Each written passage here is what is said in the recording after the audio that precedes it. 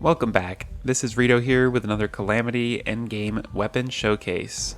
Today we're going to be looking at an endgame summon weapon called the Endogenesis. It can be crafted after defeating Supreme Calamitas. I've had several people request a showcase for this weapon, and we've been doing a lot of summoner items recently, so I figured I would showcase this one as well. Let's go ahead and summon it. It's really cool. I like the way it looks. It's like a little cryogen summon. So let's take a quick look at the tooltip for this awesome Endogenesis weapon. It has 29,606 summon damage with the current gear I have equipped. It's got insane knockback, it costs 77 mana to summon, and it summons this ice construct to protect us. When you resummon it, it changes the attacks it can use, so it can cycle between 4 different attacks.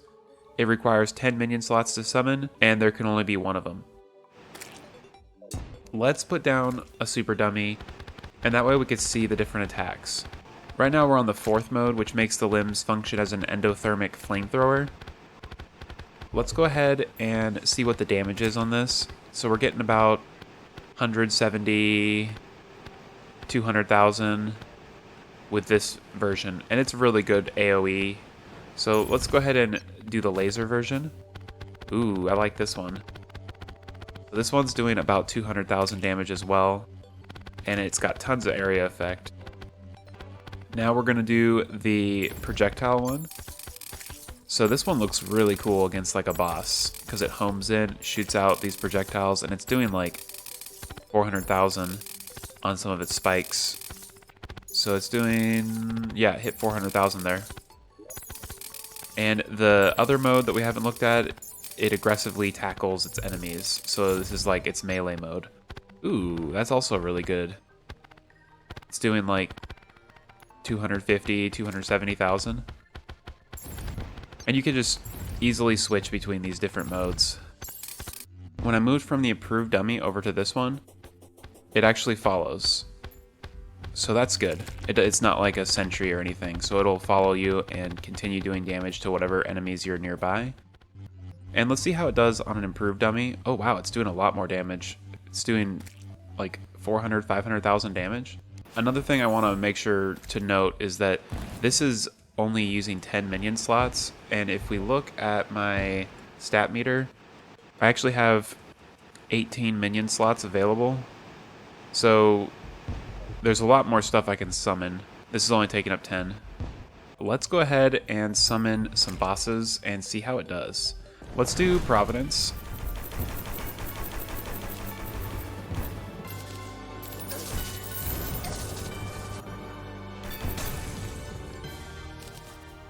So that was with it on its flamethrower mode. I kind of want to try, switch it back to day so we can summon Providence again. I kind of want to try it with laser and see if it's a little bit faster. Oh, wow. Yeah, that was much better.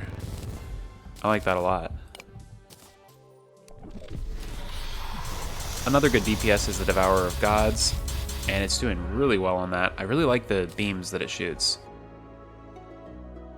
I kind of want to play with it on Boss Rush and see the different options. So this is where it launches projectiles.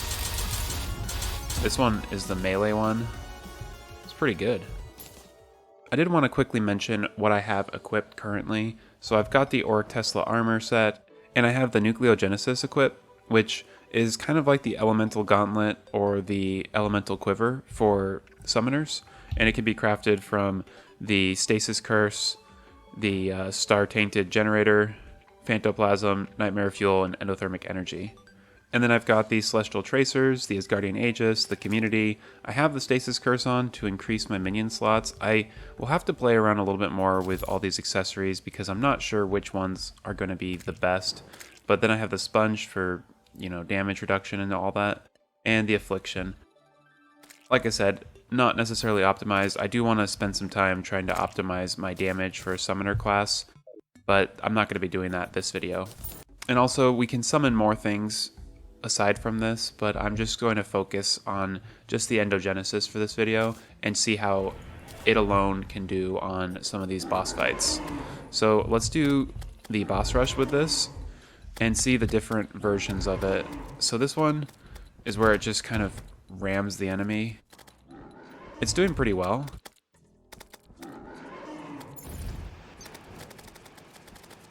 We'll switch it to the flamethrower version. And that's doing pretty good as well.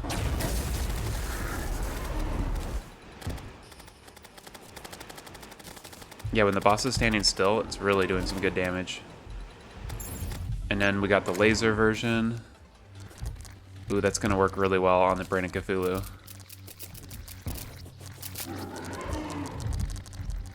Wow, this is really powerful. Okay, here we go. We got King Slime. Let's see how much damage we're doing. It's like 400, 300,000. It's pretty good damage, especially for a single summon.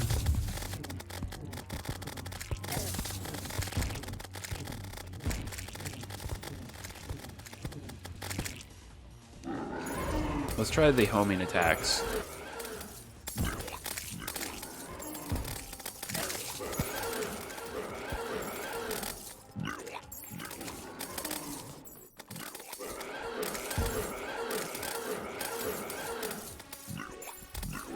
This would be a good weapon to pair with the Profane Soul Crystal or the Temporal Umbrella, which I recently reviewed.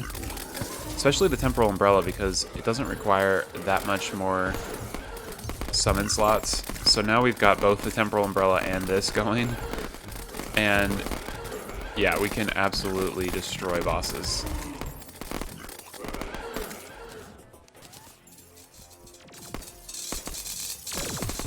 Yeah, we just totally melt this Skeletron here.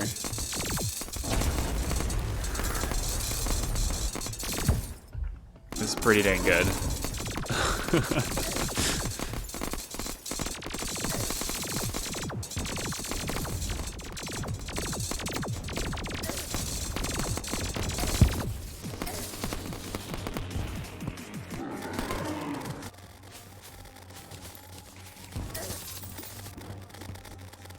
I turned off the Temporal Umbrella because I wanted to see just how the Endogenesis does.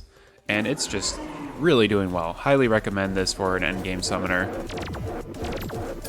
Astrum Aureus boss usually has a ton of health, so let's see how quickly it can kill Astrum Aureus. It's doing really well, though.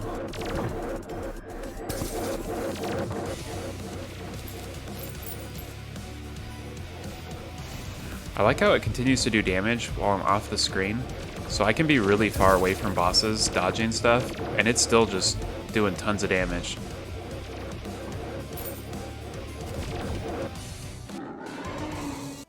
We'll go ahead and stop boss rush there. I've seen a couple people comment that they've been lagging on the worm bosses, and I noticed that too today, so I don't know what's going on there, but there was a little bit of lag on those worm bosses. So let's take a quick look at the recipe for the Endogenesis.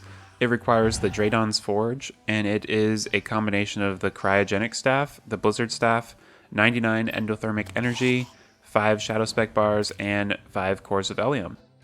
So the Cryogenic Staff you can purchase from the Archmage after defeating Cryogen. And then the Blizzard Staff you can get from the Frost Queen from the Frost Moon event. The Endothermic Energies you can get from the Frost Moon event after you've defeated the Devourer of Gods. And of course you can craft Shadowspec Bars after defeating Supreme Calamitas. So it's a pretty simple recipe. The main thing is really getting these Shadowspec Bars, and the rest is really easy. You should have all this stuff by the time you have your Shadowspec Bars.